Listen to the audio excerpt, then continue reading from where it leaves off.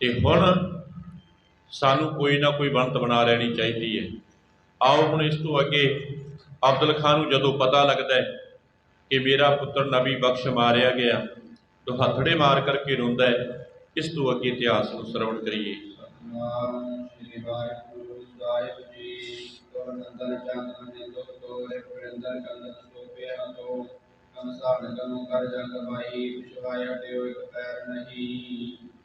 कि इन्हां दे विचों ना दो जिहड़े अब्दुल खां दे बंदे सी, तुरकां दी फौज विचों दो जिहड़े बंदे सी ना भज के गए जिथे कि अब्दुल खां खलोता होया सी। ते अब्दुल खां नूं उच्ची आवाज़ विच जा करके इन्हां ने कहा, अब्दुल खां जी किहड़े पासे वल देखना करदे हो? बड़ा सारा अपना ते कारज ही बिगड़ गया, बड़ा लोड़ा पै गया, बड़ा माड़ा काम होना कीता है, जिहदे उत्ते ढेर सारियां सानू उम्मीदां सी, उन्हां उम्मीदां दे उत्ते ते पानी फिर गया। ये अब्दुल खां पुछदा है, बई की होना कीता है? ये कहंदे अब्दुल खां जी जो तुहाडा चंद वर्गा पुत्र सी वैरियां नूं मारदा होया वो भी युद्ध विच मौत के घाट उतार दिता गया सिखां वल्लों, वो मारिया गया है, जिन्हों कि तुसी बड़ा प्यार ते सत्कार दिंदे सी, बड़ा लाड़ लडाउंदे सी, वो मारिया गया है। बड़े घमसान दा युद्ध होना कीता है कि जिन्हां नूं असीं गवार कहंदे सी वो तो एक पैर भी पिछे हटे नहीं, वो तो एक पैर भी पिछे हटे नहीं। उन्होंने इतना युद्ध करना कीता है कि तुहाडे पुत्र नूं उन्होंने मार देना कीता है।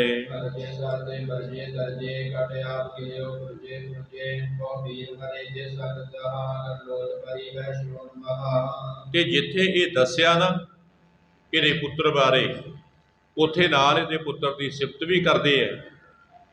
कहंदे अब्दुल खां जी तुहाडा पुत्र बड़ा बलवान सी, जिन्हें कि अपनियां तीरां दे नाल बड़े सारे सिखां नूं विन्हना कीता है, कि बड़े सारे वैरियां नूं मारदा होया पुरजा पुरजा कट करके मारिया गया। नुकसान बहुत किया सिखां दा, पर उन्होंने घेर करके ते मौत के घाट उतारना किया है। उहदे नाल बड़े सारे सूरबीर भी अपने मारे गए है, क्योंकि गुरु के सिखां ने परशुराम ते शक्तू जी ने अणगिणत तुरकां नूं मारना किया। कवि जन कहता कि उन्हां दी गिनती करनी सौखी नहीं, गिनती कर नहीं सकते। बड़े सारे तुरकां नूं मारना किया, लोथां उत्ते लोथां चढ़ा दित्तियां, ढेर लग गए ते कई जख्मी हुए हाल पा रिया करे से कि एक हिसाब के नाल इत्थे खून की नदी बह तुरी है। इतना सारा नुकसान करना किया कि खून की नदी जिहड़ी वहाना की है।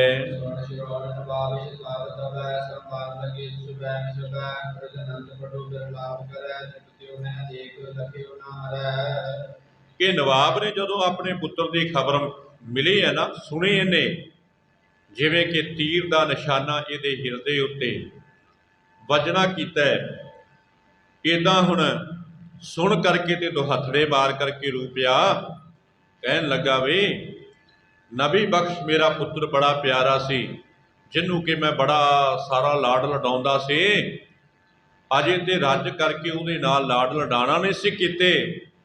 मैनू की पता सी कि अज ही उसने मारे जाना है, अज ही उसने मारे जाना है।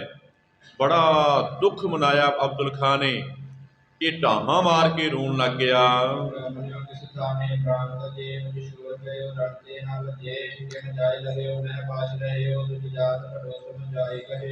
कि बड़ा दुखी होकर के कह रहा है, कहन लगा पुत्र किहड़े जगह ते आकर के तू प्राण छड्डना कीते है, कि मैनू छड्ड करके चले जाना कीता है, मैनू क्यों नहीं साथ विच लिजाना कीता? भावें तू मैदान के जंग विचों भज्या नहीं, किस तरह जा करके लड़िया ये बारे भी मैनू पता नहीं, या कह लो कि तेरे नाल दे साथी कहते हैं कि तुहाडा पुत्र पिछे नहीं रहा, अगे होकर के लड़िया है। पर जदों तू मेरे पास तू गया सी ना युद्ध लड़न वास्ते, पुत्रा तेनू बड़े सारे दाव घाव सखाना कीते थे, इनू समझाया भी से। हो सकता है कि अब्दुल खान ने ये समझाया होए कि नबी बख्श, जे वैरी उपर चढ़ता आया देखिया ना तू, ते निकले आई जान बचा करके, मरन की कोई लोड़ नहीं। हो सकता है इसे वास्ते इतिहासकार ने लिख दिता कि जान लगे मैं तेनू बड़ा सारा समझाना कीता सी, बड़ी सारी अकल देना कीती सी, कि इदां ही क्या होवे कि वैरी का जोर देख लें, जे वैरी का जोर ज़्यादा पै गया तो अपनी जान बचाने की करी निकले आई। हुण वरलाप करता होया अपने पुत्र नूं याद करता होया अब्दुल खां धाहा मार के रूपिया ते कहंदा, पुत्रा तेनू जान लगे बड़ा समझाना कीता सी।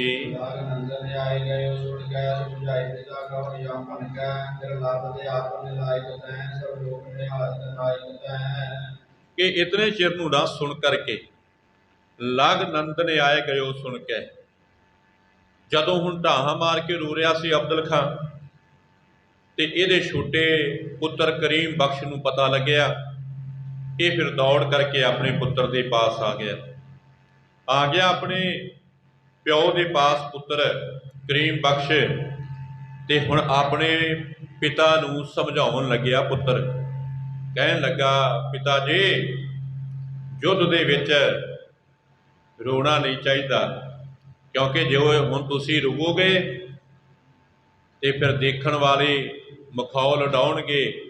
ये कहण का मतलब ये सी कि गुरु के सिख देख करके मखौल उडाउणगे, क्यों वरलाप करते हो हुण इन्हां दे सामने, इदां करना हुण तुहाडे योग नहीं, तुहानूं शोभदा नहीं, क्योंकि जंगां युद्धां विच ते इसे तरह ही हुंदा है, कोई मर गया तो किसी नूं किसी ने मार देना कीता। इत्थे किहड़ा भूआ दे मुंडे दे विआह ते आए सी दस, इस वास्ते रण खेतरां दे विच मरण मरान ही हुंदा है। तुसीं रोवो ना, क्योंकि सारे जितने भी हैगे है वो सारे तुहानूं फौज का सूबेदार मनते हैं, ते जे सूबेदार ही रोन लग गया तो फिर फौज कित्थों लड़ेगी। ये कहण का मतलब ये सी कि जे सूबेदार ही दिल छड्ड गया, कैर बन गया, भजना चाहुंदा तो फिर फौज तो अपने आप ही भजेगी। हौसला दिंदा है, कहंदा पिता जी तुहानूं इदां नहीं करना चाहिए, तुहाडे वास्ते ये ठीक नहीं है, योग नहीं है जी।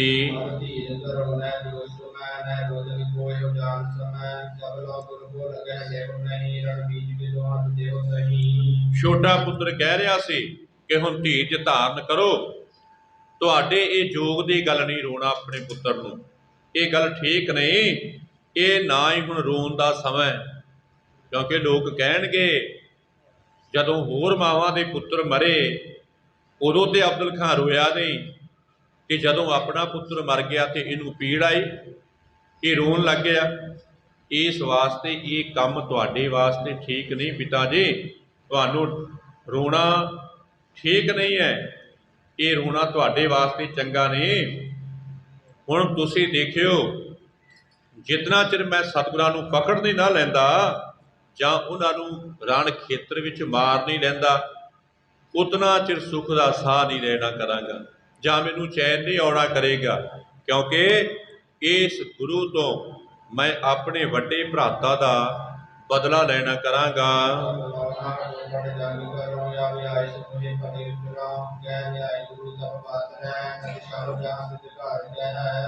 कि मैं रण खेतर विच जावांगा, एक पैर भी पिछे हटांगा नहीं, जितना चिर मैं कुछ कर नहीं ना लैंदा उतना चिर रण खेतर विचों पिछे नहीं मुड़ांगा। मैनूं हुण आग्या देना करो, मैं जाकर के सिखां नूं वक्त पा देवां, वड्डी जंग करांगा, जां तां सतगुरां नूं फड़ करके लियावांगा तां साडी लाज रहेगी, ते फिर जे ना पकड़ा गया ना गुरु तो शाहजहान सानू बड़ियां सारियां लानतां पाएगा, बड़ा बशर्म करना करेगा, वो धरकारेगा, तो फिर किहड़ा मूँह लै करके उहदे पास जावांगे।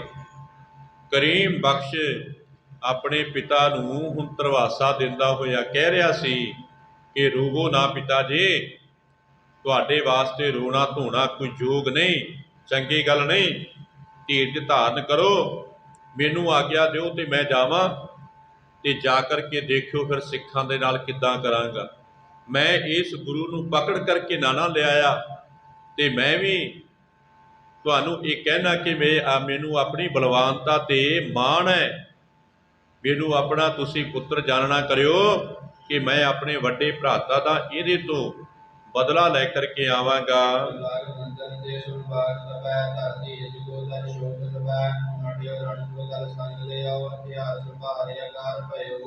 ਹੁਣ ਜਦੋਂ ਛੋਟੇ ਪੁੱਤਰ ਕਰੀਮ ਬਖਸ਼ ਨੇ ਇੱਦਾਂ ਗੱਲਾਂ ਕੀਤੀਆਂ ਨਾ ਤੇ ਅਬਦੁਲ ਖਾਂ ਨੇ ਸੁਣਿਆ ਤੇ ਕੁਝ ਧੀਰਜ ਧਾਰਨ ਕੀਤਾ। ਰੋਣਾ ਧੋਣਾ ਇਹਨੇ ਛੱਡਿਆ, ਬੰਦ ਕਰ ਦਿੱਤਾ ਰੋਣਾ ਤੇ ਬੜੇ ਉਤਸ਼ਾਹ ਦੇ ਨਾਲ ਆਪਣੀ ਫੌਜ ਨੂੰ ਲੈ ਕਰਕੇ ਤੇ ਰਣ ਖੇਤਰ ਵੱਲ ਚੱਲਿਆ।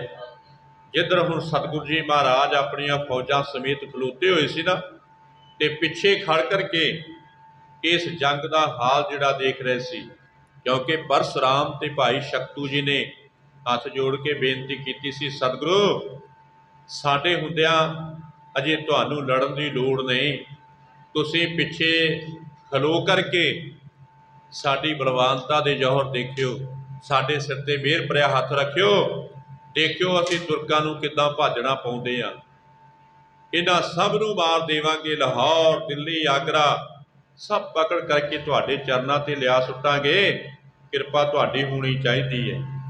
ਇੱਦਾਂ ਫਿਰ ਇਹ ਲੜ ਰਹੇ ਸੀ ਪਰਸ਼ੁਰਾਮ ਤੇ ਭਾਈ ਸ਼ਕਤੂ ਜੀ। ਇਹਨਾਂ ਨੇ ਨਬੀ ਬਖਸ਼ ਨੂੰ ਮਾਰਨਾ ਕੀਤਾ ਤੇ ਹਜ਼ਾਰਾਂ ਦੀ ਗਿਣਤੀ ਵਿੱਚ, ਸੈਂਕੜਿਆਂ ਦੀ ਗਿਣਤੀ ਵਿੱਚ ਇਹਦੀ ਫੌਜ ਮਾਰ ਕੇ ਤੁਰਕਾਂ ਦੀ ਤੇ ਸ਼ਹਾਦਤ ਦਾ ਜਾਮ ਪੀਣਾ ਕੀਤਾ ਸੀ। ਹੁਣ ਸਤਿਗੁਰੂ ਜੀ ਮਹਾਰਾਜ ਆਪਣੀਆਂ ਫੌਜਾਂ ਦੇ ਪਿੱਛੇ ਖਲੋਤੇ ਹੋਏ ਹੈ, ਲਾਗੇ ਭਾਈ ਵਿਧੇ ਚੰਦ ਖਲੋਤਾ ਹੋਇਆ ਹੈ ਤੇ ਇਹ ਅਬਦੁਲ ਖਾਂ ਫਿਰ ਇਹਨੇ ਆਪਣੇ ਪੁੱਤਰ ਨੂੰ ਨਾਲ ਕਹਿਣਾ ਕੀਤਾ ਤੇ ਆਪ ਵੀ ਉਸ ਪਾਸੇ ਵੱਲ ਨੂੰ ਆਪਣੀਆਂ ਫੌਜਾਂ ਲੈ ਕਰਕੇ ਹੋਇਆ। ਆਪੋ ਆਪਣੇ ਸ਼ਸਤਰ ਜਿਹੜੇ ਸੰਭਾਲ ਕਰਕੇ ਨਾ, ਹਥਿਆਰਾਂ ਨੂੰ ਸੰਭਾਲ ਕਰਕੇ ਅੱਗੇ ਲੱਗਣਾ ਕੀਤਾ ਹੈ। ਮਨ ਦੇ ਵਿੱਚ ਇਹ ਵਿਚਾਰਦੇ ਸੀ ਪਿਓ ਪੁੱਤਰ ਕਿ ਹੁਣ ਅੱਗੇ ਲੱਗਣਾ ਪਏਗਾ। ਫੌਜ ਸਾਰੀ ਡਰੀ ਪਈ ਹੈ, ਭੱਜਣ ਨੂੰ ਤਿਆਰ ਹੈ, ਇਸ ਵਾਸਤੇ ਜੇ ਹੁਣ ਆਪ ਹੀ ਅੱਗੇ ਲੱਗਾਂਗੇ ਤੇ ਫੇਰ ਇਹ ਪਿੱਛੇ ਆਉਣਗੇ। ਉਸ ਪਾਸੇ ਵੱਲ ਨੂੰ ਇਹਨਾਂ ਨੇ ਜਾਣਾ ਕੀਤਾ ਹੈ।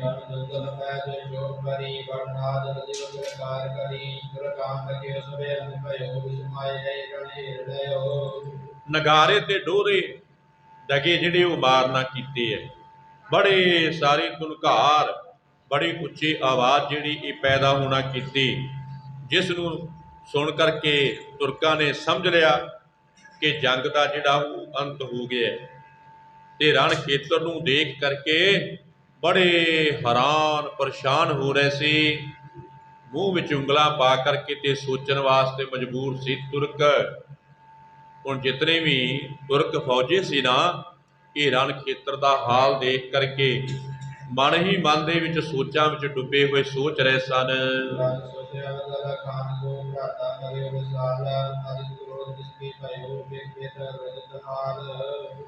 ਅਬਦੁਲ ਖਾਂ ਦੇ ਛੋਟੇ ਪੁੱਤਰ ਦਾ ਭਰਾ ਮਰ ਗਿਆ, ਕਰੀਮ ਬਖਸ਼ ਦਾ ਵੱਡਾ ਭਰਾਤਾ ਨਬੀ ਬਖਸ਼ ਮਰ ਗਿਆ ਤੇ ਇਹਨੂੰ ਹੁਣ ਬੜਾ ਗੁੱਸਾ ਸੀ।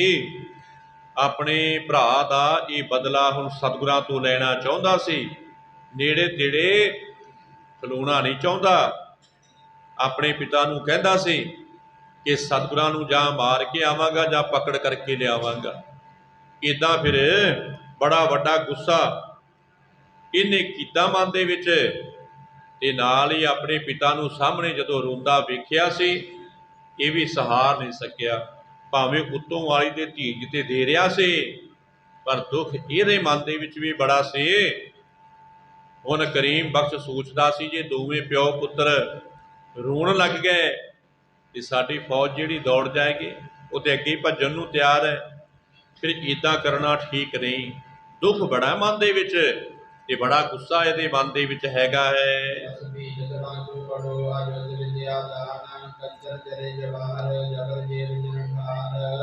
ਨਵਾਬ ਦਾ ਛੋਟਾ ਪੁੱਤਰ ਜਿਹੜਾ ਕਿ ਮੁੱਛ ਫੁੱਟ ਬਾਂਕਾ ਗੱਭਰੂ ਹੈ, ਬੜਾ ਸੁੰਦਰ ਹੈ, ਜਿਹੜਾ ਕਿ ਸ਼ਸਤਰ ਵਿਦਿਆ ਵੀ ਜਾਣਦਾ ਹੈ, शस्त्र विद्या भी जानता है अते बड़े सुंदर इन्हें भी गहने गट्टे सुंदर वस्त्र जिहड़े पाणा कीते हुए है, बड़ी सज धज है, क्योंकि सूबेदार के पुत्र ने ते वड्डियां दे पुत्र फिर इदां ही टौरां शौरां कढ के रखते हैं। हुण बड़ी सारी इहदी भी टौर सी, जिद्दां नबी बख्श की टौर सी ना, जिथे ये बड़ा रज के गभरू है, हाले थोड़ी थोड़ी मुछ फुट रही है, ते बड़े सुंदर इन्हें शस्त्र वस्त्र ते गहने पहने हुए है। इनू अपनी बलवानता ते बड़ा सारा मान है, ते बड़े सारे गहने इसने पहने हुए हैं।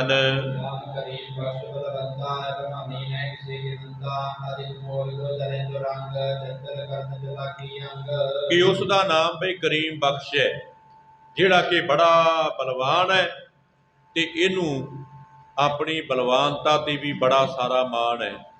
सतगुरां ने गुरबाणी विच ये फरमान किया है, धन भूमिका जो करे गुमान, सो मूर्ख अंधा ज्ञान। जिहड़ा इदा गुमान करता ना अपने धन दौलत का, धीआं पुत्रां का या जवानी का, वो मूर्खां दे समान समझिया जाता है, क्योंकि ये शरीर ते मिट्टी का पुतला है। कोई पता नहीं सौ आवे कि ना आवे राम, जे दम आ गया तो आदमी है, जे दम ना आया तो मुर्दियां दे समान है। पर इनू हुण अपनी बलवानता ते बड़ा सारा अभिमान है, किसी नूं अपने बराबर का समझदा नहीं है, क्योंकि जदों बंदा हंकारी हो जाए ना, वो फिर अपने बराबर का होर दूसरे नूं समझदा नहीं। भावें वो धन दौलत का अभिमान कर लै, भावें वो अपनी इज्जत का मान कर लै, भावें धीआं पुत्रां का मान कर लै, ते भावें अपने साऊपने का वो मान कर लै, जां अपनी ईमानदारी का मान कर लवे। ते जदों बंदा अपनी ईमानदारी का अभिमान करता है ना, तो सतगुरां दा घर ऐसा है कि फिर वो परख का परचा पा देंदे है। जदों परख का परचा पैंदा ना, तो फिर सतगुरां दा फरमान है, जग में उत्तम काढ़ी है विरले के विरले फिर ये विचों पास हुंदे है। फिर उन्हां दा ईमानदारी जिहड़ी है ना, वो परखी जाती है, वो दाऽ ते लग जाती है, ते गल परने पैंदे है। ते जिन्हां दे सामने फिर वो डींगा मारदा हुंदा ना, फिर वो कोई ना कोई गल का बहाना बना करके पुछदे है, सुना बई फलाना सिया हुण की हाल है तेरा, ते फिर अखां नीवियां करदा है। इदां ही हुण ये अपने बराबर का करीम बख्श किसी नूं समझदा नहीं, बड़ा सारा इनू अभिमान है अपने आप ते। उहदी सवारी का जिहड़ा बड़ा कीमती घोड़ा है, सूबेदार के पुत्र है, बड़ा कीमती घोड़ा इन्हां दे पास है, जिहड़ा कि बड़ा चंचल ते चलाक घोड़ा है। एक पल दे विच किधर दी किधर मुड़ करके अपने सवार नूं वो बचाउणा चाहुंदा है।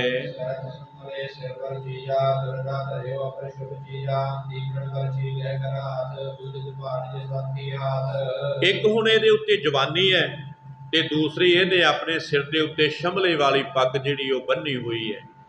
शमला क्योंकि पुराने बंदे छड्डिया करते सी, ये शमला छड्ड करके इन्हें पग बन्नी हुई है। पग के उत्ते बड़ा वड्डा सारा तुरला इन्हें रखिया होया है। आपां देखते हैं ना, हुण ते सियाणे लोगों ने तो छड्ड दिता, जिहड़े नचार ने ये बड़े तुरले लगा करके सिर ते नचदे है। विआहां च देखिया करो इन्हां दे हालात, इदां इन्हें तुरला छड्डिया होया सी। तिखे बरछी अपने हथ दे विच फड़ के ते अपने साथियां पासों फिर ये पुछदा है, ये अपने साथियां पासों पुछदा है, सलाह भी लैंदा है, इन्हां दी परख भी करदा है। ते इदां ये पास खलो करके सारियां नूं पुछी जा रहा सी।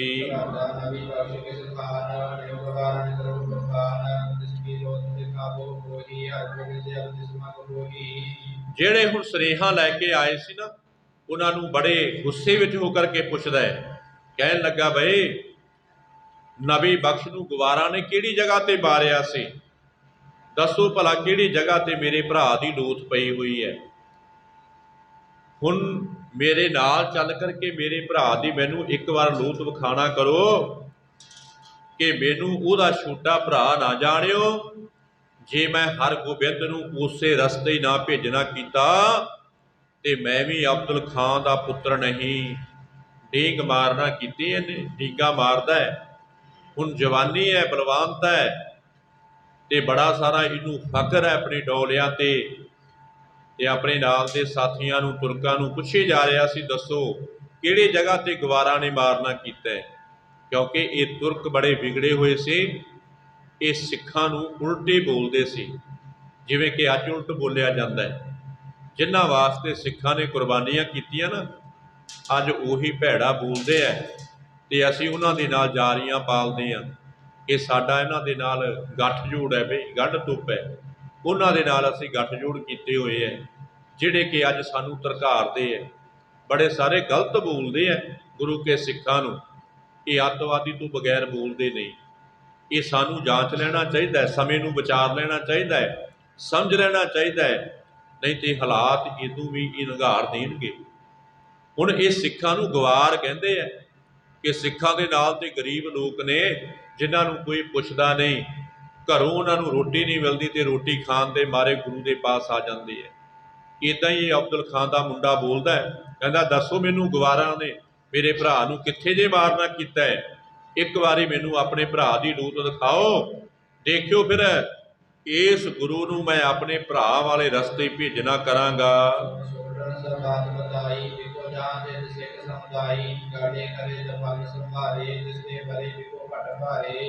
ਇਹਦੇ ਸੈਨਿਕਾਂ ਨੇ ਫਿਰ ਦੱਸਿਆ, ਕਹਿਣ ਲੱਗੇ ਕਰੀਮ ਬਖਸ਼ ਜੀ, ਉਹ ਸਾਹਮਣੇ ਦੇਖੋ ਜਿੱਥੇ ਕਿ ਸਿੱਖਾਂ ਦਾ ਝੁੰਡ ਖਲੋਤਾ ਹੈ, ਉੱਥੇ ਤੇਰੇ ਭਰਾ ਦੀ ਲੋਥ ਪਈ ਹੋਈ ਹੈ।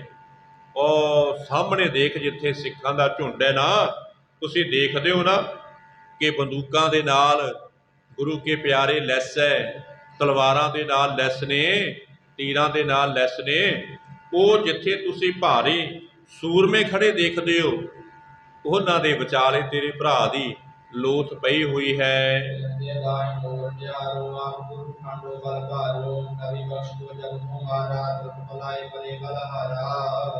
ਕਿ ਉਹਨਾਂ ਦੇ ਸੱਜੇ ਪਾਸੇ ਦੇਖਣਾ ਕਰੋ ਕਿ ਉਹਨਾਂ ਦਾ ਸਤਿਗੁਰੂ ਖਲੋਤਾ ਹੋਇਆ ਹੈ, ਜਿਹੜਾ ਕਿ ਬੜਾ ਬਲਵਾਨ ਹੈ, ਕਿ ਜਦੋਂ ਨਬੀ ਬਖਸ਼ ਨੂੰ ਮਾਰਨਾ ਕੀਤਾ ਨਾ, ਫਿਰ ਸਾਡਾ ਹੌਸਲਾ ਟੁੱਟ ਗਿਆ।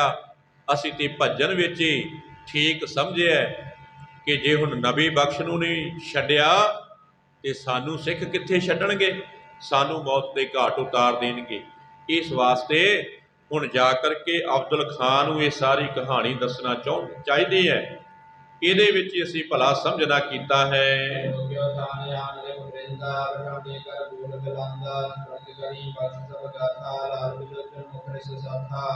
ਕਿ ਬਹੁਤ ਸਾਰੇ ਵੈਰੀਆਂ ਨੇ ਉਸ ਜਗ੍ਹਾ ਨੂੰ ਰੋਕਿਆ ਹੋਇਆ ਹੈ ਤੇ ਉੱਥੇ ਤੇਰੇ ਭਰਾ ਦੀ ਲੋਥ ਪਈ ਹੋਈ ਹੈ, ਘੇਰਾ ਘੱਤ ਕੇ ਖਲੋਤੇ ਹੋਏ ਨੇ। ਤੇ ਜਦੋਂ ਹੁਣ ਕਰੀਮ ਬਖਸ਼ ਨੇ ਆਪਣੇ ਸੈਨਿਕਾਂ ਪਾਸੋਂ ਇਹ ਸੁਣਿਆ, ਹੋਰ ਗੁੱਸਾ ਚੜ ਗਿਆ, ਮੂੰਹ ਇਹਦਾ ਲਾਲ ਸੁਰਖ ਹੋ ਗਿਆ ਤੇ ਬੁੱਲ ਫਰਕਦੇ ਐ, ਬਦਲਾ ਲੈਣਾ ਚਾਹੁੰਦਾ ਹੈ ਤੇ ਬੜੇ ਗੁੱਸੇ ਦੇ ਨਾਲ ਲਾਲ ਅੱਖਾਂ ਕੱਢ ਕੇ ਜਿਸ ਪਾਸੇ ਵੱਲ ਤੁਰਕਾਂ ਨੇ, ਇਹਦੇ ਸੈਨਿਕਾਂ ਨੇ ਇਸ਼ਾਰਾ ਕੀਤਾ ਸੀ, ਉਸ ਪਾਸੇ ਵੱਲ ਤੱਕਣਾ ਕੀਤਾ ਹੈ।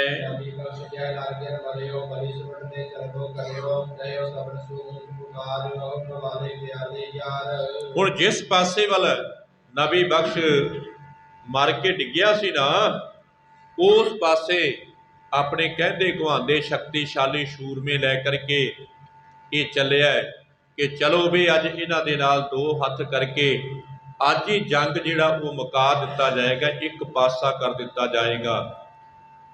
ਜਿੱਥੇ ਉਹਨੇ ਲੈ ਕਰਕੇ ਚੱਲਿਆ ਨਾ, ਉੱਥੇ ਉੱਚੀ ਆਵਾਜ਼ ਮਾਰੀ ਹੈ, ਕਹਿਣ ਲੱਗਾ ਆ ਜਾਓ ਬੇ, ਜਿਹੜੇ ਸਾਡੇ ਨਾਲ ਰਲ ਕੇ ਖਾਣ ਪੀਣ ਵਾਲੇ ਸੋ, ਜੋ ਅਸੀਂ ਛਕਦੇ ਸੀ ਉਹੀ ਤੁਹਾਨੂੰ ਖਵਾਉਂਦੇ ਸੀ, ਤੇ ਅੱਜ ਹੁਣ ਪਰਖ ਦੀ ਘੜੀ ਹੈ।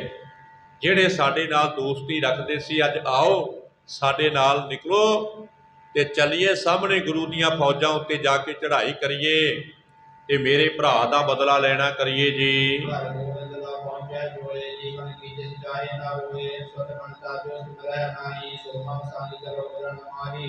ਤੇ ਉੱਚੀ ਪੁਕਾਰ ਕਰਕੇ ਕਰੀਮ ਬਖਸ਼ ਕਹਿੰਦਾ ਹੈ कि हरगोबिंद तक ਉਹੀ ਪਹੁੰਚੇਗਾ ਜਿਹਨੂੰ ਕਿ ਆਪਣੇ ਜੀਵਨ ਦੀ ਆਸ ਨਹੀਂ। ਇਹਦੇ ਕਹਿਣ ਦਾ ਮਤਲਬ ਸੀ ਕਿ ਉਹੀ ਚੱਲਿਓ ਜਿਹੜੇ ਕਿ ਮਰਨ ਵਾਸਤੇ ਤਿਆਰ ਨੇ, ਜਿਨ੍ਹਾਂ ਦਾ ਘਰ ਵਾਲੀਆਂ ਦੇ ਨਾਲ ਤੇ ਆਪਣੇ ਪੁੱਤਰਾਂ ਦੇ ਨਾਲ ਪਿਆਰ ਹੈ ਨਾ, ਉਹ ਮੇਰੇ ਨਾਲ ਨਾ ਜਾਇਓ। ਜਿਨ੍ਹਾਂ ਨੂੰ ਆਪਣੇ ਘਰ ਪਿਆਰੇ ਹੈ, ਯਾਦ ਕਰਦੇ ਹੈ, ਉਹ ਕੋਈ ਵੀ ਸਾਡੇ ਨਾਲ ਨਾ ਚੱਲੇ, ਉਹ ਹੁਣੇ ਪਿੱਛੇ ਮੁੜ ਜਾਏ। ਜਿਨ੍ਹਾਂ ਨੇ ਮੌਤ ਨੂੰ ਤਲੀ ਤੇ ਧਰਨਾ ਕੀਤਾ ਹੋਇਆ ਨਾ, ਉਹ ਸਾਰੇ ਵਿਅਕਤੀ ਇੱਧਰ ਮੇਰੇ ਵਾਲੇ ਪਾਸੇ ਆਉਣਾ ਕਰ ਜਾਓ ਜੀ।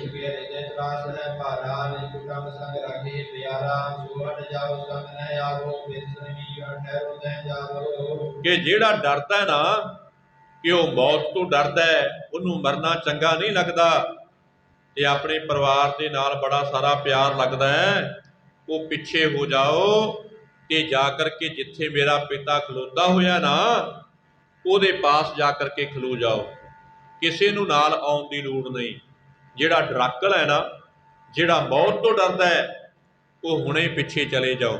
ਸਾਡੇ ਨਾਲ ਆਉਣ ਦੀ ਲੋੜ ਨਹੀਂ, ਕਿਉਂਕਿ ਮੈਨੂੰ ਤੇ ਉਹੀ ਚਾਹੀਦੇ ਹੈ ਜਿਹੜੇ ਮਰਨ ਵਾਸਤੇ ਤਿਆਰ ਨੇ, ਕਿਉਂਕਿ ਅੱਜ ਗੁਰੂ ਦੇ ਨਾਲ ਇੱਕ ਪਾਸਾ ਕਰਕੇ ਛੱਡਣਾ ਹੈ।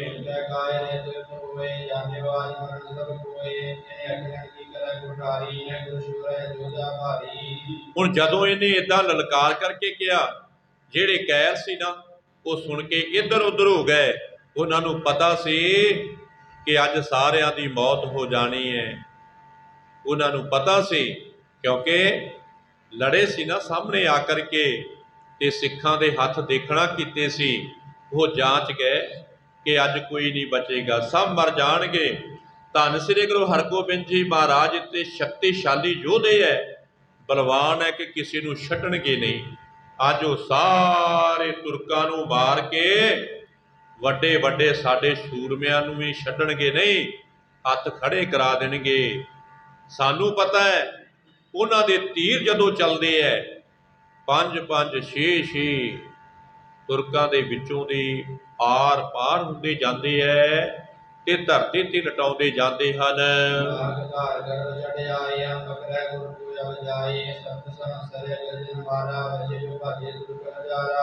ਕਿ ਆਪਸ ਵਿੱਚ ਫਿਰ ਇਹ ਤੁਰਕ ਸਲਾਹਾਂ ਕਰਦੇ ਹੈ। ਜਦੋਂ ਇਹ ਕਰੀਮ ਬਖਸ਼ ਨੇ ਢੀਕ ਮਾਰੀ ਨਾ, ਇੱਧਰ ਉੱਧਰ ਹੋ ਕੇ ਆਪਸ ਵਿੱਚ ਸਲਾਹਾਂ ਕਰਦੇ ਹੈ। ਕਹਿੰਦੇ ਕਿ ਐਵੇਂ ਫਜ਼ੂਲ ਦੇ ਵਿੱਚ ਹੰਕਾਰ ਸਹਿਤ ਹੋ ਕਰਕੇ ਪਿਓ ਪੁੱਤਰ ਫੌਜ ਚੜਾ ਕਰਕੇ ਆ ਗਏ ਕਿ ਅਸੀਂ ਤੇ ਹੁਣੇ ਗਏ ਤੇ ਜਾ ਕੇ ਕਿ ਗੁਰੂ ਨੂੰ ਪਕੜ ਕਰਕੇ ਵਾਪਸ ਆ ਜਾਣਾ ਤੇ ਸ਼ਾਹਜਹਾਨ ਦੇ ਪਾਸੋਂ ਬੜੇ ਸਾਰੇ ਰੁਤਬੇ ਲੈਣੇ ਹੈ। ਪਰ ਪਤਾ ਤੇ ਇੱਥੇ ਲੱਗੇਗਾ ਨਾ, ਹੁਣ ਗੁਰੂ ਦੇ ਸਾਹਮਣੇ ਆਏ ਹੋਏ ਨੇ। ਇੱਕ ਤੇ ਮਾਰਿਆ ਗਿਆ, ਜਿੱਥੇ ਅਸੀਂ ਮਰਾਂਗੇ ਉੱਥੇ ਨਾਲ ਪਿਓ ਪੁੱਤਰ ਇਹ ਵੀ ਨਹੀਂ ਬਚਣਗੇ, ਇਹਨਾਂ ਨੂੰ ਵੀ ਮੌਤ ਦੇ ਮੂੰਹ ਵਿੱਚ ਪਾ ਦੇਣਗੇ। ਇਸ ਵਾਸਤੇ ਕਈ ਉਹਨਾਂ ਨੇ ਮਾਰਨਾ ਕੀਤੇ ਹੈ ਤੇ ਹਜ਼ਾਰਾਂ ਤੁਰਕ ਜਿਹੜੇ ਉਹ ਦੌੜ ਗਏ ਹੈ। ਕਿਉਂਕਿ ਲੋਟ ਕਰ ਲਓ, ਗੁਰੂ ਰੂਪਸਾਰ ਸਿੰਘ ਜੀ ਅਬਦਲ ਖਾਂ 15,000 ਫੌਜ ਲੈ ਕੇ ਜਲੰਧਰ ਤੋਂ ਚੜ੍ਹਾਈ ਕਰਕੇ ਗਿਆ ਸੀ। ਦੀਵਾਨ ਚੰਦੂ ਦੇ ਪੁੱਤਰ ਤੇ ਘੇਰੜ ਦਾਸ ਦੇ ਪੁੱਤਰ ਦੇ ਆਖੇ ਲੱਗ ਕੇ ਕਰਮ ਚੰਦ ਤੇ ਰਤਨ ਚੰਦ, ਇਹਨਾਂ ਨੇ ਜਾ ਕਰਕੇ ਚੁੱਕਣਾ ਦੇਣਾ ਕੀਤੀ ਸੀ। 15,000 ਫੌਜ ਸੀ ਤੇ ਗੁਰੂ ਕੇ ਪਿਆਰੇ 1000-2000 ਹੋ ਸਕਦੇ ਆ, ਇਸ ਤੋਂ ਵੱਧ ਨਹੀਂ ਸੀ। ਬੜਾ ਭਿਆਨਕ ਯੁੱਧ ਹੋਇਆ। ਹੁਣੇ ਤੁਰਕ ਆਪਸ ਵਿੱਚ ਹੀ ਗੱਲਾਂ ਕਰਦੇ ਹੈ ਕਿ ਬੜੇ ਹੰਕਾਰੇ ਹੋਏ ਸੀ ਪਿਓ ਪੁੱਤਰ, ਐਵੇਂ ਉਹਨਾਂ ਦੇ ਚੁੱਕਣਾ ਤੇ ਲੱਗ ਕੇ ਬੜਾ ਦੌੜ ਕਰਕੇ ਫੌਜ ਨੂੰ ਲੈ ਕਰਕੇ ਆਏ ਸੀ ਕਿ ਜਾਨਸਾਰ ਗੁਰੂ ਨੂੰ ਪਕੜ ਲੈਣਾ ਤੇ ਵਾਪਸ ਆ ਜਾਣਾ। ਮੁਫਤ ਦੀ ਜਿੱਤ ਘਰ ਵਿੱਚ ਬੈਠੇ ਹੀ ਪ੍ਰਾਪਤ ਹੋ ਗਈ ਤੇ ਸ਼ਾਹਜਹਾਨ ਦੇ ਪਾਸੋਂ ਬੜੇ ਸਾਰੇ ਰੁਤਬੇ ਮਿਲਣਗੇ, ਸਦਾ ਸਾਨੂੰ ਨਾਲ ਰੱਖੇਗਾ। ਪਰ ਪਤਾ ਤੇ ਇੱਥੇ ਹੁਣ ਲੱਗੇਗਾ ਨਾ। ਇੱਦਾਂ ਫਿਰ ਇਹ ਆਪਸ ਵਿੱਚ ਵਿਚਾਰਾਂ ਕਰਦੇ ਹਨ।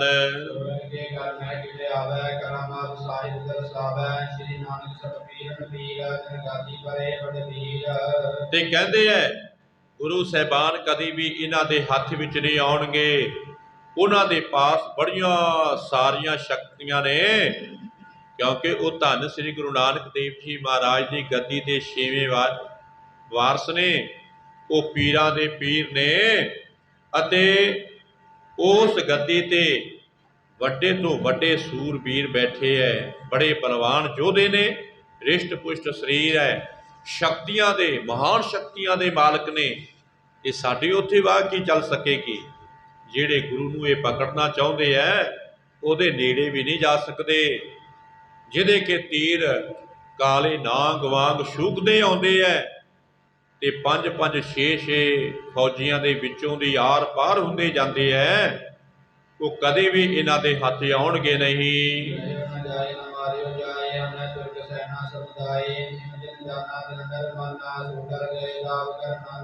ਕਿ ਨਾ ਵੀ ਉਹ ਫੜੇ ਜਾ ਸਕਦੇ ਐ ਤੇ ਨਾ ਹੀ ਇਹ ਕਰੀਮ ਬਖਸ਼ ਵਰਗੇ ਉਹਨਾਂ ਨੂੰ ਮਾਰ ਸਕਦੇ ਐ। ਇਹਨਾਂ ਦੇ ਵੱਸ ਦੀ ਗੱਲ ਨਹੀਂ। ਤੁਰਕਾਂ ਦੇ ਸਾਰੇ ਸੈਨਾ ਨੂੰ ਉਹ ਮਾਰ ਦੇਣਗੇ, ਇਤਨੇ ਬਲਵਾਨ ਯੋਧੇ ਆ। ਤੁਰਕਾਂ ਦੀ ਸਾਰੀ ਫੌਜ ਨੂੰ ਮਾਰ ਦੇਣਗੇ। ਧੰਨ ਸ੍ਰੀ ਗੁਰੂ ਹਰਗੋਬਿੰਦ ਜੀ ਮਹਾਰਾਜ ਇਤਨੇ ਬਲਵਾਨ ਨੇ। ਜਿੰਨੇ ਵੀ ਇਸ ਤਰ੍ਹਾਂ ਜਾਣਿਆ ਉਹ ਡਰ ਗਿਆ। ਕਹਿਣ ਦਾ ਭਾਵ ਕਿ ਜਿਹੜੇ ਤੁਰਕ ਸੈਨਿਕ ਇਸ ਸਲਾਹ ਦੇ ਨਾਲ ਸਹਿਮਤ ਹੋਏ ਨਾ, ਉਹਨਾਂ ਨੇ ਕੋਈ ਨਾ ਕੋਈ ਬਹਾਨਾ ਬਣਾ ਕਰਕੇ ਤੇ ਟਾਲਾ ਵਟਣਾ ਕੀਤਾ, ਆਪਣੇ ਘਰਾਂ ਨੂੰ ਜਾਣ ਦੇ ਕੀਤੇ ਕਿ ਇਹ ਆਪ ਵੀ ਮਰਨਗੇ ਤੇ ਸਾਨੂੰ ਵੀ ਮਰਵਾਉਣਗੇ। ਗੁਰੂ ਨੇ ਇਹਨਾਂ ਦੇ ਹੱਥ ਆ ਸਕਦਾ। ਉਹ ਸ਼ਕਤੀਆਂ ਦੇ ਮਾਲਕ ਹੈ। ਐਵੇਂ ਆਪਣੀ ਥੋੜ੍ਹੀ ਜਿਹੀ ਜਵਾਨੀ ਤੇ ਮੁੰਡਾ ਮਾਣ ਕਰੀ ਬੈਠਾ ਹੈ। ਪਹਿਲੇ ਇੱਕ ਇਹਦਾ ਭਰਾ ਮਾਰਿਆ ਗਿਆ ਤੇ ਬਚੇਗਾ ਇਹ ਵੀ ਨਹੀਂ। ਇਸ ਵਾਸਤੇ ਕੋਈ ਲੋੜ ਨਹੀਂ ਗੁਰੂ ਦੇ ਨਾਲ ਯੁੱਧ ਕਰਨ ਦੀ।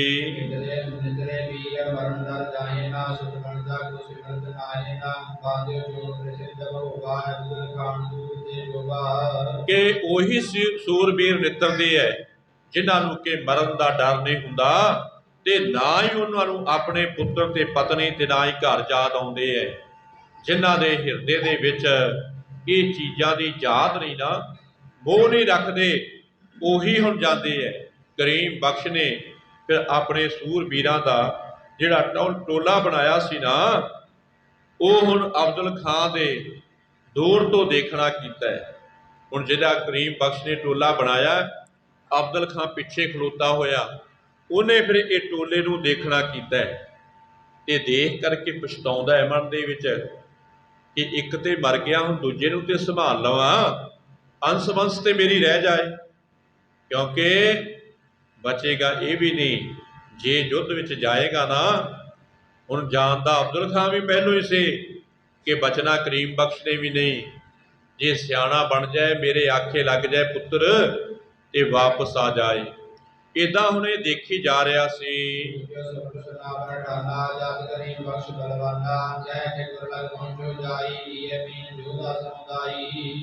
ਕਿ ਅਬਦੁਲ ਖਾਂ ਨੇ ਇੱਕ ਸੂਰਮੇ ਨੂੰ ਪੁੱਛਣਾ ਕੀਤਾ ਤੇ ਸੂਰਮੇ ਨੇ ਦੱਸਣਾ ਕੀਤਾ। ਕਹਿਣ ਲੱਗੇ ਅਬਦੁਲ ਖਾਂ ਸੂਬੇਦਾਰ ਸਾਹਿਬ, ਤੁਹਾਡਾ ਛੋਟਾ ਪੁੱਤਰ ਕਰੀਮ ਬਖਸ਼ ਉਹ ਚੱਲਿਆ, ਉਹ ਕਹਿੰਦਾ ਕਿ ਮੈਂ ਚੂਨਵੇਂ ਯੋਧੇ ਨਾਲ ਲੈ ਕਰਕੇ ਜਾਵਾਂਗਾ ਤੇ ਜਿਸ ਗੁਰੂ ਨੇ ਮੇਰੇ ਭਰਾ ਨੂੰ ਮਰਵਾਣਾ ਕੀਤਾ ਉਹਦੇ ਤੱਕ ਪਹੁੰਚ ਕਰਾਂਗਾ, ਜਾਂ ਉਸ ਨੂੰ ਮਾਰਾਂਗਾ ਜਾਂ ਜਿਉਂਦੇ ਨੂੰ ਪਕੜ ਕਰਕੇ ਲਿਆਵਾਂਗਾ।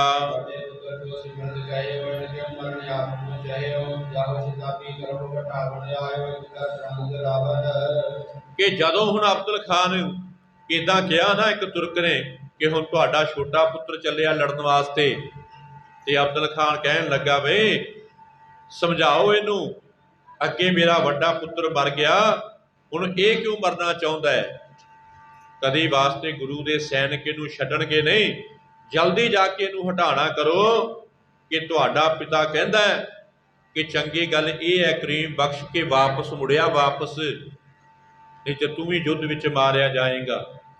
ਹੁਣ ਜਿਹੜੇ ਤੁਰਕ ਨੂੰ ਕਿਹਾ ਸੀ ਨਾ ਅਬਦੁਲ ਖਾਨ ਨੇ ਕਿ ਮੇਰੇ ਪੁੱਤਰ ਨੂੰ ਰੋਕੋ, ਇਹ ਜੰਗ ਲੜਨ ਵਾਸਤੇ ਨਾ ਜਾਏ, ਕਿ ਤੁਰਕ ਨੇ ਆਪਣੇ ਘੋੜੇ ਤੇ ਸਵਾਰ ਹੋ ਕਰਕੇ ਜਿੱਧਰ ਕਰੀਮ ਬਖਸ਼ ਜਾ ਰਿਹਾ ਸੀ ਨਾ ਟੋਲਾ ਬਣਾ ਕੇ, ਉਸ ਪਾਸੇ ਵੱਲ ਘੋੜਾ ਦੜਾ ਕੇ ਜਾਣਾ ਕੀਤਾ ਹੈ।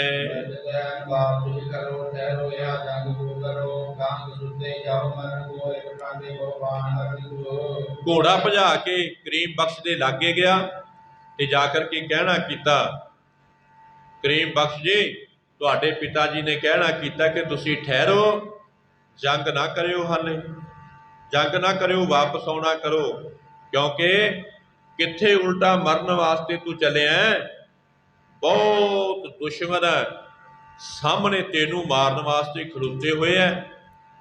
ਉਹਨਾਂ ਦੀ ਤੇਰੇ ਉੱਤੇ ਹੀ ਨਿਗਾਹ ਹੈ, ਇਸ ਵਾਸਤੇ ਤੂੰ ਇਹਨਾਂ ਦੇ ਲਾਗੇ ਨਾ ਜਾਈ, ਨਹੀਂ ਤਾਂ ਵੱਡੇ ਭਰਾ ਦੇ ਨਾਲ ਤੈਨੂੰ ਵੀ ਉੱਦਾਂ ਹੀ ਤੋੜ ਦੇਣਗੇ। ਹੁਣ ਇਹ ਸੁਨੇਹਾ ਲਾਉਣ ਵਾਲੇ ਨੇ ਜਾ ਕਰਕੇ ਸੁਨੇਹਾ ਲਾਇਆ, ਕਰੀਮ ਬਖਸ਼ ਤੇਰਾ ਪਿਤਾ ਤੇ ਦੁਹਾਈਆਂ ਪਾਈ ਜਾਂਦਾ ਹੈ, ਮੇਰੇ ਪੁੱਤਰ ਨੂੰ ਮੋੜ ਕਰਕੇ ਲਿਆਓ, ਅੱਗੇ ਨਾ ਜਾਏ। ਗੁਰੂ ਕੇ ਸਿੱਖ ਕਦੀ ਵਾਸਤੇ ਛੱਡਣਗੇ ਨਹੀਂ, ਸਿਆਣਾ ਬਣ ਤੇ ਵਾਪਸ ਆ ਜਾ, ਕਿਉਂਕਿ ਉਹਨਾਂ ਦੀ ਤੇਰੇ ਉੱਤੇ ਨਿਗਾਹ ਹੈ, ਤੈਨੂੰ ਉਹਨਾਂ ਨੇ ਛੱਡਣਾ ਨਹੀਂ ਹੈ।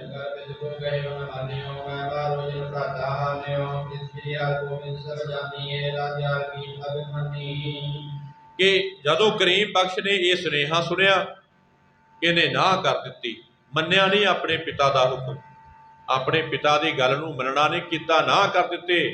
ਕਹਿਣ ਲੱਗਾ ਤੁਸੀਂ ਜਾ ਕਰਕੇ ਕਹੋ ਕਿ ਮੈਂ ਜਾ ਕੇ ਉਸ ਨੂੰ ਮਾਰਾਂਗਾ ਜਿਹਨੇ ਕਿ ਮੇਰੇ ਵੱਡੇ ਭਰਾ ਨੂੰ ਮਾਰਨਾ ਕੀਤਾ ਹੈ, ਮੌਤ ਦੇ ਘਾਟ ਉਤਾਰਨਾ ਕੀਤਾ, ਮੈਂ ਜੰਗ ਕਰਨ ਤੋਂ ਕਦੀ ਵੀ ਟਲਾਂਗਾ ਨਹੀਂ, ਉਹਨੂੰ ਜਾ ਕਰਕੇ ਪਕੜਨਾ ਕਰਾਂਗਾ ਤੇ ਜਾਨ ਨੂੰ ਆਪਣੇ ਭਰਾ ਵਾਲੇ ਰਸਤੇ ਮਗਰ ਭੇਜਣਾ ਕਰਾਂਗਾ।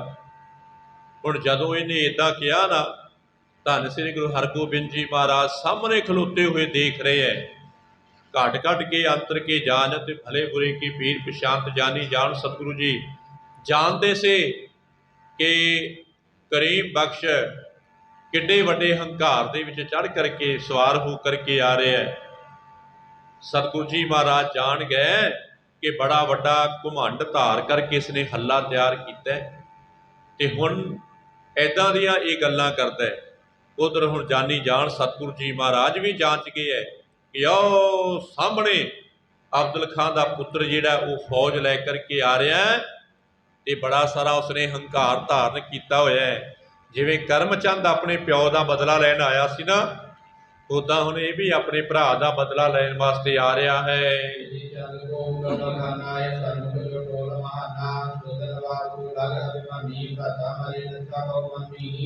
ਤੇ ਸਤਿਗੁਰਾਂ ਨੇ ਵੀ ਆਪਣੇ ਪਿਆਰੇ ਸਿੱਖ ਵੱਲ ਦੇਖਣਾ ਕੀਤਾ। ਲਾਗੇ ਖਲੋਤੇ ਸੀ ਭਾਈ ਵਿਧੇ ਚੰਦ ਜੀ। ਸਤਿਗੁਰਾਂ ਨੇ ਦੇਖਿਆ ਤੇ ਕਹਿਣਾ ਕੀਤਾ। ਕਹਿਣ ਲੱਗੇ ਵਿਧੇ ਚੰਦ ਜੀ, ਕਹਿਣ ਲੱਗਾ ਹਾਂ ਮਹਾਰਾਜ ਜੀ। ਕਹਿਣ ਲੱਗੇ ਉਹ ਦੇਖੋ ਸਾਹਮਣੇ ਜਿਹੜਾ ਟੋਲਾ ਬਣਿਆ ਹੋਇਆ ਆ ਰਿਹਾ ਨਾ, ਉਹ ਨਵਾਬ ਦਾ ਛੋਟਾ ਪੁੱਤਰ ਬੜਾ ਹੰਕਾਰ ਧਾਰ ਕਰਕੇ ਆ ਰਿਹਾ ਹੈ ਤੇ ਹੁਣ ਆਪਣੇ ਨਾਲ ਉਹ ਯੁੱਧ ਕਰਨਾ ਚਾਹੁੰਦਾ ਹੈ, ਕਿਉਂਕਿ ਉਸਨੇ ਬੜੇ ਸਾਰੇ ਆਪਣੇ ਭਰਾ ਦੇ ਮਰਨ ਦੀ ਪੀੜ ਮੰਨਣਾ ਕੀਤੀ ਹੈ। ਬੜਾ ਉਹਨੂੰ ਦੁੱਖ ਹੈ ਮਨ ਦੇ ਵਿੱਚ ਤੇ ਬੜਾ ਹੰਕਾਰੀ ਹੋ ਕਰਕੇ ਆ ਰਿਹਾ ਹੈ। ਭਰਾਤਾ ਮਰੇ ਬਿਰਥਾ ਥੋ ਮਾਨੀ, ਕਿ ਬੜੀ ਸਾਰੀ ਪੀੜ ਮੰਨੀ ਹੈ ਉਹਨੂੰ ਆਪਣੇ ਭਰਾ ਮਰਨ ਦੀ। ਉਹਨਾਂ ਨੂੰ ਇਹ ਨਹੀਂ ਪਤਾ ਕਿ ਜਿਹੜੇ ਹੋਰ ਮਾਵਾਂ ਦੇ ਪੁੱਤਰ ਨੇ ਹੱਕ ਲਿਆ ਕਰਕੇ ਮਰਵਾਣਾ ਕੀਤੇ ਹੈ, ਉਹਨਾਂ ਦੀ ਪੀੜ ਤੇ ਮੰਨੀ ਨਹੀਂ।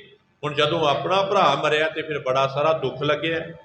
ਦੇਖਦੇ ਹੋ ਨਾ ਸਾਹਮਣੇ ਉਹ ਆਪਣੇ ਨਾਲ ਯੁੱਧ ਕਰਨ ਵਾਸਤੇ ਆ ਰਿਹਾ ਹੈ।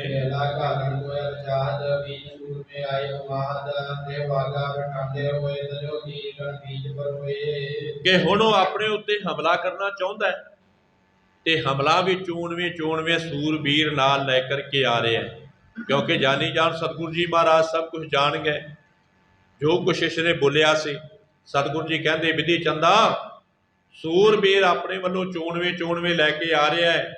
ਹੁਣ ਅੱਗੇ ਖੜੇ ਹੋ ਕਰਕੇ ਇਹਨੂੰ ਰੋਕਣਾ ਹੈ ਕਿ ਤੁਸਾਂ ਨੇ ਆਪਣੇ ਤੀਰ ਦਾ ਸ਼ਿੰਗਾਰ ਬਣਾਉਣਾ ਹੈ, ਇਸ ਨੂੰ ਤੀਰ ਦਾ ਸ਼ਿੰਗਾਰ, ਇਹਨੂੰ ਪਰੋ ਲਵੋ ਆਪਣੇ ਤੀਰ ਦੇ ਵਿੱਚ। ਇਹ ਕੀ ਯਾਦ ਰੱਖੇਗਾ ਕਿ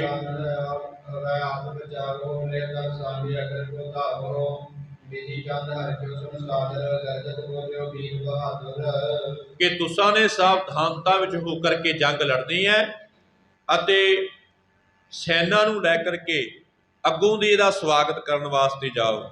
ਆ ਰਿਹਾ ਨਾ, ਫਿਰ ਇਹਦਾ ਅੱਗੋਂ ਦੀ ਸਵਾਗਤ ਕਰੋ, ਪਰ ਆਪ ਦਾ ਬਚਾਅ ਤੁਸਾਂ ਨੇ ਰੱਖਣਾ ਹੈ। ਵਿਧੇ ਚੰਦ ਨੇ ਜਦੋਂ ਹੁਣ ਸਤਿਗੁਰੂ ਜੀ ਮਹਾਰਾਜ ਦੀ ਆਗਿਆ ਸੁਣੀ, ਬੜੇ ਪ੍ਰਸੰਨ ਹੋਇਆ ਭਾਈ ਵਿਧੇ ਚੰਦ ਤੇ ਗਰਜ ਕਰਕੇ ਸਤਿਗੁਰਾਂ ਦੇ ਅੱਗੇ ਸਾਹਮਣੇ ਹੱਥ ਜੋੜ ਕਰਕੇ ਫਿਰ ਇਹਨੇ ਕਹਿਣਾ ਕੀਤਾ। ਬੜਾ ਖੁਸ਼ ਸੀ ਭਾਈ ਵਿਧੇ ਚੰਦ ਜੀ, ਕਿਉਂਕਿ ਇਸ ਤੋਂ ਪਹਿਲੋਂ ਸਤਿਗੁਰਾਂ ਨੇ ਆਗਿਆ ਦਿੱਤੀ ਸੀ ਤੇ ਭਾਈ ਵਿਧੇ ਚੰਦ ਜੀ ਨੇ ਐਸੀ ਜੁਗਤੀ ਮਾਰੀ ਕਿ ਦੀਵਾਨ ਚੰਦੂ ਦੇ ਪੁੱਤਰ ਨੂੰ ਜਿਉਂਦੇ ਨੂੰ ਪਕੜ ਕਰਕੇ ਸਤਿਗੁਰਾਂ ਦੇ ਚਰਨਾਂ ਵਿੱਚ ਲਿਆ ਕੇ ਵਗਾਹ ਕਰਕੇ ਮਾਰਨਾ ਕੀਤਾ ਸੀ, ਜਿਹੜਾ ਕਿ ਕਹਿੰਦਾ ਸੀ ਕਿ ਮੈਂ ਵਿਧੀ ਚੰਦ ਤੋਂ ਆਪਣੇ ਪਿਓ ਦਾ ਬਦਲਾ ਲੈਣ ਵਾਸਤੇ ਆਇਆ। ਤੇ ਸਤਿਗੁਰੂ ਜੀ ਮਹਾਰਾਜ ਕਹਿਣ ਲੱਗੇ, ਵਿਧੀ ਚੰਦਾ, ਇਸ ਤੋਂ ਮੂਰਖ ਤੋਂ ਕੀ ਲੈਣਾ ਤੁਸੀਂ, ਪਰ ਇਹ ਦਫਾ ਕਰੋ ਇਹਨੂੰ। ਜਿੱਦਾਂ ਦਾ ਇਹਦਾ ਪਿਓ ਸੀ ਬੇਵਕੂਫ, ਉੱਦਾਂ ਦਾ ਹੀ ਉਹਦਾ ਪੁੱਤਰ ਹੈ। 2-4 ਛਿੱਤਰ ਮਾਰ ਕੇ ਇਹਨੂੰ ਪਰਾਂ ਦਫਾ ਕਰੋ। ਭਾਈ ਵਿਧੀ ਚੰਦ ਨੇ 4-5 ਛਿੱਤਰ ਇਹਦੇ ਸਿਰ ਦੇ ਵਿੱਚ ਮਾਰੇ ਤੇ ਧੱਕੇ ਮਾਰ ਕੇ ਭਜਾਣਾ ਕੀਤਾ। ਸਤਿਗੁਰੂ ਜੀ ਮਹਾਰਾਜ ਕਹਿਣ ਲੱਗੇ, ਜੇ ਇਹਦੇ ਮਨ ਦੇ ਵਿੱਚ ਬਦਲਾ ਲੈਣ ਦਾ ਚਾਅ ਹੈ ਨਾ, ਇਹਨੂੰ ਇੱਕ ਸਮਾਂ ਹੋਰ ਦੇ ਦਿਓ, ਫੇਰ ਆਏਗਾ ਤੇ ਫਿਰ ਦੇਖਾਂਗੇ। ਇੱਦਾਂ ਹੀ ਹੁਣ ਸਤਿਗੁਰਾਂ ਨੇ ਦੁਬਾਰੇ ਭਾਈ ਵਿਧੀ ਚੰਦ ਜੀ ਨੂੰ ਆਗਿਆ ਦੇਣਾ ਕੀਤੀ। ਕਹਿਣ ਲੱਗੇ, ਆ ਰਿਹਾ ਨਵਾਬ ਦਾ ਪੁੱਤਰ, ਇਹਦਾ ਚੰਗੀ ਤਰ੍ਹਾਂ ਸਵਾਗਤ ਕਰਿਓ, ਬੜਾ ਸਾਰਾ ਭਮਾਨ ਲੈ ਕਰਕੇ ਆਇਆ। ਤੇ ਭਾਈ ਵਿਧੀ ਚੰਦ ਜੀ ਹੱਥ ਜੋੜ ਕਰਕੇ ਬੇਨਤੀਆਂ ਕਰਦਾ ਹੈ,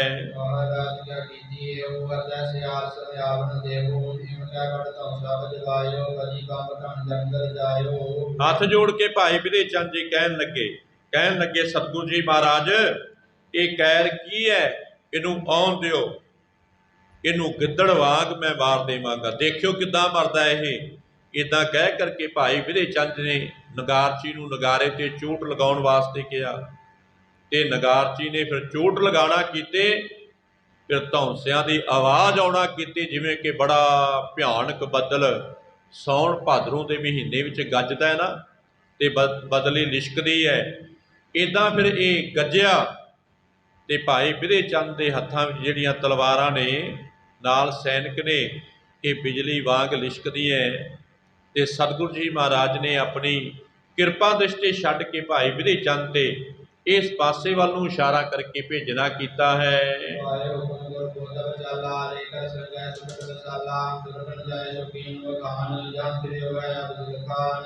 ਇੱਦਾਂ ਫਿਰ ਭਾਈ ਵਿਧੀ ਚੰਦ ਜੀ ਸਤਿਗੁਰਾਂ ਦਾ ਹੁਕਮ ਪਾ ਕਰਕੇ ਚੱਲੇ ਹੈ। ਆਪਣੇ ਨਾਲ ਬੜੇ ਸਾਰੇ ਸੂਰਮੇ ਲੈਣਾ ਕੀਤੇ ਹੈ। ਤੁਰਕਾਂ ਨੇ ਫਿਰ ਉਸ ਸਥਾਨ ਤੇ ਜਾ ਕੇ ਕਿਹਾ ਜਿੱਥੇ ਕਿ ਅਬਦੁਲ ਖਾਂ ਠਹਿਰਿਆ ਹੋਇਆ ਸੀ। ਹੁਣ ਭਾਈ ਵਿਧੀ ਚੰਦ ਜੀ ਵੀ ਅੱਗੋਂ ਆਏ ਸੂਰਮੇ ਲੈ ਕੇ, ਤੇ ਜਿਹੜੇ ਤੁਰਕ ਦੇਖਦੇ ਸੀ ਨਾ, ਉਹ ਫੇਰ ਦੌੜ ਕੇ ਅਬਦੁਲ ਖਾਂ ਦੇ ਪਾਸ ਗਏ। ਜਿੱਥੇ ਖਲੋਤਾ ਸੀ ਨਾ ਅਬਦੁਲ ਖਾਂ, ਉਹਦੇ ਪਾਸ ਜਾਣਾ ਕੀਤਾ ਹੈ।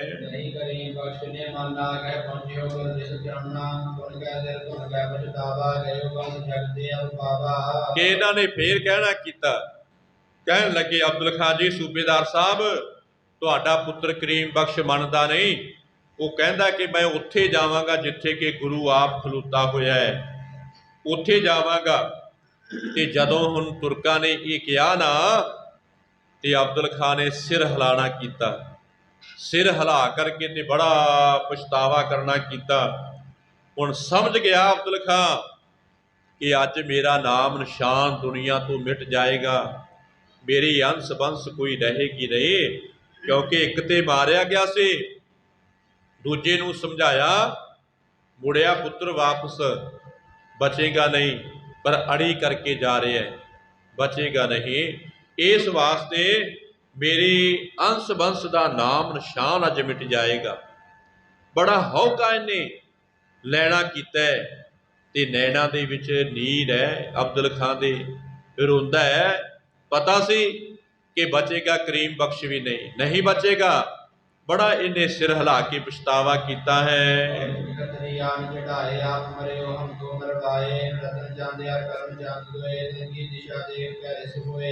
ਜਿੱਥੇ ਇਹਦਾ ਪਛਤਾਇਆ ਨਾ, ਉੱਥੇ ਨਾਲ ਹੁਣ ਰਤਨ ਚੰਦ ਤੇ ਕਰਮ ਚੰਦ ਨੂੰ ਕੋਸਦਾ, ਕਹਿੰਦਾ ਇਹ ਬੇਵਕੂਫ ਅਚਾਨਕ ਹੀ ਪਤਾ ਨਹੀਂ ਖੱਤਰੀ ਕਿੱਥੋਂ ਆ ਗਏ, ਜਿਨ੍ਹਾਂ ਨੇ ਕਿ ਬਿਨਾਂ ਮਤਲਬ ਤੋਂ ਵਾਲ ਛਲ ਕਰਕੇ ਤੇ ਮੇਰੀ ਚੜ੍ਹਾਈ ਕਰਵਾ ਦਿੱਤੀ।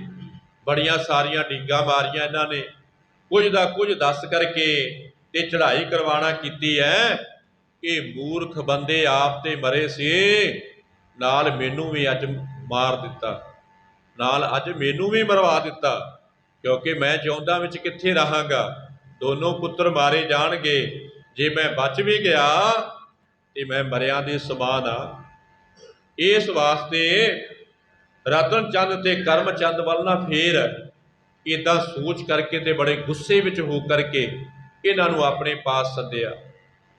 ਕਰਮ ਚੰਦ ਹੁਣ ਦੀਵਾਨ ਚੰਦੂ ਦਾ ਪੁੱਤਰ ਸੀ, ਤੇ ਰਤਨ ਚੰਦ ਘੇਰੜ ਦਾਸ ਦਾ ਪੁੱਤਰ ਸੀ। जिथों कि ये जंग शुरू हुई है।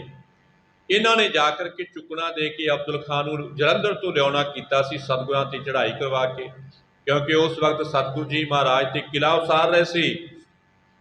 ये घेरड़ दास ने झगड़ा किया सतगुरां दे नाल इस स्थान ते, ते जदों ये नहीं हटिया बकवास मारी गया, सतगुरां ने सिखां नूं इशारा किया ते इहनूं मौत के घाट उतार दिता। ये रतन चंद फिर ये बदला लैण वास्ते पहलों करमचंद के पास आया, दीवान चंदू के पुत्र के पास ये बनत बनाई कि जिवें मेरे प्यो नूं मारिया है, तू पहलों दीवान चंदू नूं मारिया सी, करमचंद के प्यो नूं, उहनूं नाल लैना ते ये गुरु तो बदला लैना। जलंधर के सूबेदार नूं चढ़ाई करवा के ते इन्हां ने चुकना दे के चढ़ाना कीता सी। जिथे हुण अब्दुल खां बड़ा पछताया ना, सिर मारिया कि अज अंश वंश का खात्मा हो जाना है, कोई नहीं बचेगा, उत्थे इन्हां दोहां वल देख करके गुस्से दे नाल बुलाना कीता है।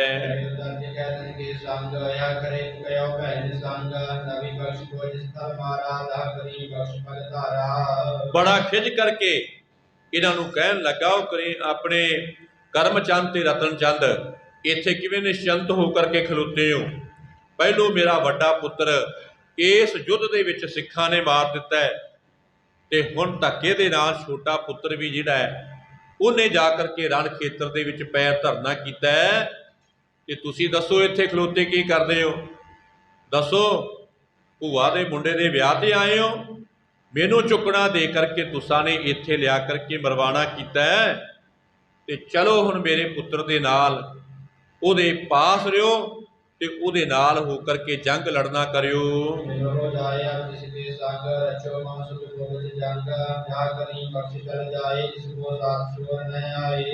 कि हुणे जा करके उहदे नाल मिलना करो ते जंग दे विच हर पक्ष तो उहदी रखिया करनी है। अब्दुल खां दे कहण दा मतलब सी कि दोनों जने मेरे पुत्र दे सज्जे खब्बे रहियो, उहनूं मर ना दिओ, भला जे वो बच जावे ते जंग जाके करो, जां ते गुरु नूं जिउंदे नूं पकड़ो ते जां फिर उहनूं युद्ध दे विच मारना करो, ते जां फिर आप ना बच करके आयो। इदां हुण इन्हां दोहां नूं धमका करके इन्हें भेजना कीता है।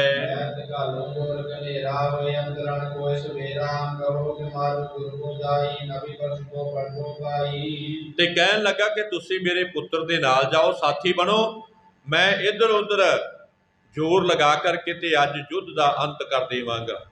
अब्दुल खां कहन लगा रतन चंद ते करमचंद नूं, तुसी मेरे पुत्र दे नाल चल के युद्ध लड़ो, नाल होवो दे, ते मैं इधरों उधरों हल्ले बोल करके अज ये जंग का अंत कर देवांगा, जां गुरु नूं पकड़ना ते जां मारना है। बस इक्को गल दी इन्हां ने रटन लाना हुई सी, पर कौन सतगुरां दे लागे लग सके? इतनी वड्डी बलवानता दे नेड़े कौन आ सके? सोहणियां दे सुल्तान अपने योधियां दे पिछे होके खलोते हुए है, ते गुरु के योधे सामने होकर के छातियां तान के युद्ध करते हैं।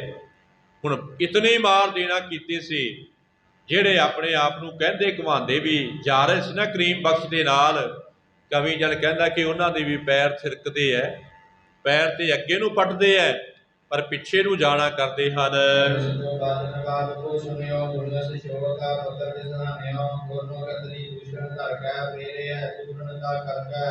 ਹੁਣ ਜਦੋਂ ਦੋਹਾਂ ਖੱਤਰੀਆਂ ਨੂੰ ਬੜਾ ਗੁੱਸੇ ਵਿੱਚ ਬੋਲਿਆ ਨਾ ਬਾਦਸ਼ਾਹ सूबेदार, इन्हां ने जान लिया कि अब्दुल खां ने अपने पुत्र का बड़ा दुख मनाना किया है, ते बड़े शोक दे विच है, क्योंकि जिहदा पुत्र रण खेतर दे विच मारिया जाए उहदा हिरदा कदी वास्ते ठंड नहीं कढ़दा।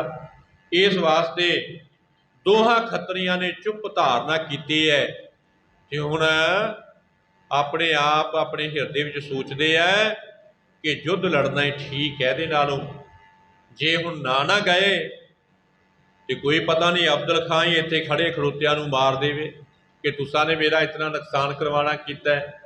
इदां फिर इन्हां ने अपने घोड़ियां ते सवार हो करके यही भला समझिया ते अपने घोड़ियां नूं भजा करके जिधर करीम बख्श जा रहा सी ना उधर नूं चले गए हैं। टुटले संग सिधारे मिले करीम बख्श बन प्यारे बात बाजन लगे जुझारू गमने अगर टोट सौदाऊ कि कुछ कसूरमे अपने साथ विच लै करके जा पहुंचे करीम बख्श के पास, ਉਹਨੂੰ जा करके मिले ਅਤੇ बड़ा ਵੱਡਾ ਟੋਲਾ ਬਣਾ ਕਰਕੇ ਅੱਗੇ ਨੂੰ ਚੱਲਦੇ ਹੈ। ਸਤਿਗੁਰਾਂ ਦੇ ਯੋਧਿਆਂ ਦੇ ਨਾਲ ਹੁਣ ਯੁੱਧ ਕਰਨਾ ਚਾਹੁੰਦੇ ਹੈ। ਬੜੇ ਸਾਰਾ ਧੀਰਜ ਦੇ ਕਰਕੇ ਕਰੀਮ ਬਖਸ਼ ਨੂੰ ਰਤਨ ਚੰਦ ਤੇ ਕਰਮ ਚੰਦ ਕਹਿੰਦੇ ਹੈ, ਕਰੀਮ ਬਖਸ਼ ਜੀ ਕੋਈ ਗੱਲ ਨਹੀਂ, ਦੇਖੋ ਹੁਣੇ ਤੁਹਾਡੇ ਭਰਾ ਦਾ ਆਪਾਂ ਇਹਨਾਂ ਪਾਸੋਂ ਬਦਲਾ ਲੈ ਲਵਾਂਗੇ। ਆ ਥੋੜੇ ਜਿਹੇ ਸਿੱਖ ਹੈ, ਇਹਨਾਂ ਨੂੰ ਮਾਰ ਕੇ ਇਹ ਜਿਹੜਾ ਗੁਰੂ ਆਪਣੇ ਆਪ ਨੂੰ ਬਲਵਾਨ ਸਮਝਦਾ ਨਾ, ਜਾਂ ਤੇ ਇਹਨੂੰ ਮਾਰ ਦੇਵਾਂਗੇ ਜਾਂ ਜਿਉਂਦੇ ਨੂੰ ਪਕੜ ਲਵਾਂਗੇ।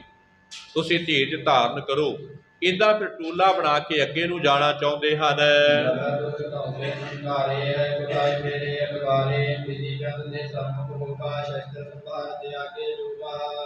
ਜਦੋਂ ਹੁਣ ਤੁਰਕਾਂ ਦੇ ਧੌਂਸਿਆਂ ਦੇ ਗੂੰਜ ਨਿਕਲੇ ਆ ਨਾ, ਤੇ ਉਹਨਾਂ ਨੇ ਆਪਣੇ ਘੋੜਿਆਂ ਨੂੰ ਨਚਾ ਟਪਾ ਕੇ ਫੇਰਨਾ ਕੀਤਾ ਹੈ। ਵਿਧੇ ਚੰਦ ਨੇ ਵੀ ਫਿਰ ਉਹਨਾਂ ਦੇ ਅੱਗੇ ਹੋਇਆ ਤੇ ਆਪਣੇ ਸ਼ਸਤਰ ਸੰਭਾਲ ਕਰਕੇ ਦੇਖਣਾ ਕੀਤੇ ਹੈ। ਇੱਦਾਂ ਕਹਿ ਲਓ ਕਿ ਤੁਰਕਾਂ ਨੇ ਵੀ ਉੱਧਰੋਂ ਚੜ੍ਹਾਈ ਕਰ ਦਿੱਤੀ, ਇੱਧਰੋਂ ਭਾਈ ਵਿਧੇ ਚੰਦ ਜੀ ਆਪਣੇ ਆਪ ਨੂੰ ਸੰਭਾਲ ਕਰਕੇ ਤੇ ਆਪਣੇ ਯੋਧਿਆਂ ਨੂੰ ਸਾਥ ਵਿੱਚ ਲੈ ਕਰਕੇ ਅੱਗੋਂ ਦੀ ਸਵਾਗਤ ਹੁਣ ਕਰੀਮ ਬਖਸ਼ ਦਾ ਕਰਨਾ ਚਾਹੁੰਦੇ ਹਨ।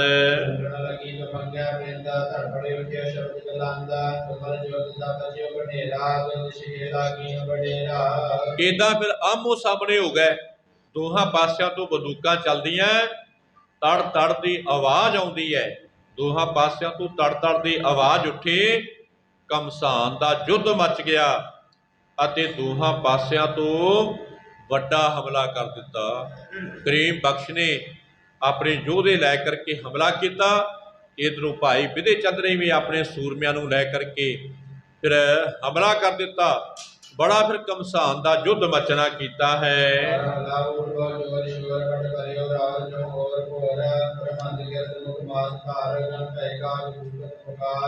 ਹੁਣ ਨਵਾਬ ਦਾ ਛੋਟਾ ਪੁੱਤਰ ਕਰੀਮ ਬਖਸ਼ ਉਹ ਮੱਢ ਕੇ ਆ ਗਿਆ, ਬੜਾ ਉਤਸ਼ਾਹ ਧਾਰ ਕਰਕੇ ਕਹਿਣ ਦਾ ਭਾਵ ਆ ਗਿਆ, ਜਿਵੇਂ ਜਿਵੇਂ ਅੱਗੇ ਹੁੰਦਾ ਸੀ ਤਿਵੇਂ ਤਿਵੇਂ ਜੰਗ ਜਿਹੜੀ ਭਖਦੀ ਜਾ ਰਹੀ ਸੀ, ਮੱਚਦੀ ਜਾ ਰਹੀ ਸੀ।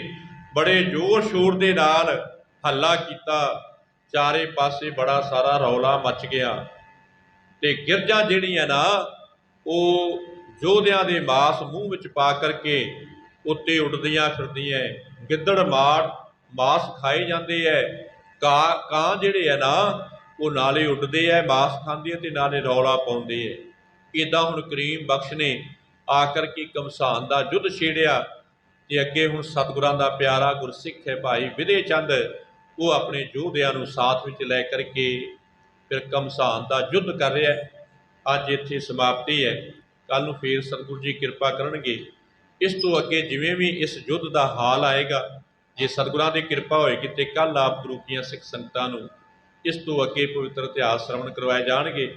ਬੇਨਤੀ ਕਰਾਂਗੇ ਜਿਤਨਾ ਵੀ ਹੋ ਸਕੇ ਮਨ ਬਿਰਤੀ ਇਕਾਗਰ ਕਰਕੇ ਗੁਰੂ ਚਰਨਾਂ ਵਿੱਚ ਪਹੁੰਚ ਕੇ ਸਤਿਗੁਰਾਂ ਦੀ ਪਵਿੱਤਰ ਗੁਰਬਾਣੀ, ਪਵਿੱਤਰ ਇਤਿਹਾਸ ਸੁਣ ਕਰਕੇ, ਮਨ ਕਰਕੇ, ਹਿਰਦੇ ਵਿੱਚ ਵਸਾ ਕੇ ਲਾਹੇ ਲੈ ਕੇ ਧੰਨਤਾ ਦੇ ਯੋਗ ਬਣੀਏ।